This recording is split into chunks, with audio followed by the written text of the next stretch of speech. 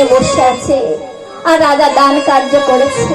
সেই দানের আভাস সেই স্বর্গধামে চলে গিয়ে সিংহাসনকে পরিয়ে দিল। কমলাকে ডেকে বলছে, কমলা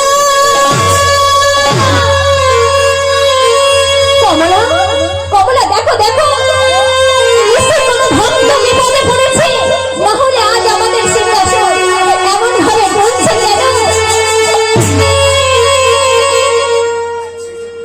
মাতা কমলা বলছে, প্রভু তুমি এখনই যাও, এখনই যাও, এখনই গিয়ে ওই ভক্তকে উদ্ধার করে আসো। জানো প্রভু, ওই ভক্ত নিশ্চয় বিপদে পড়ার সময় তোমার নাম করেছে।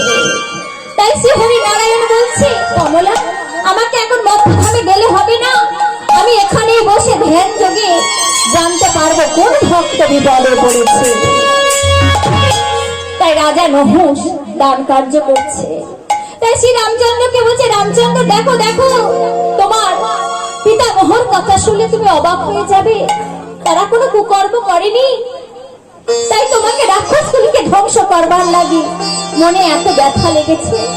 ওই রাক্ষসটা তোমার পর্শে তারা উদ্ধার হয়ে যাবে, তাই তো তারা এসেছে।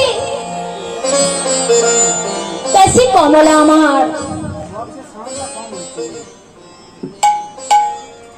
কমলাকে বলছে, কমলা আমি এখনই ধ্যান যোগে জানবো কেমন ভাবে।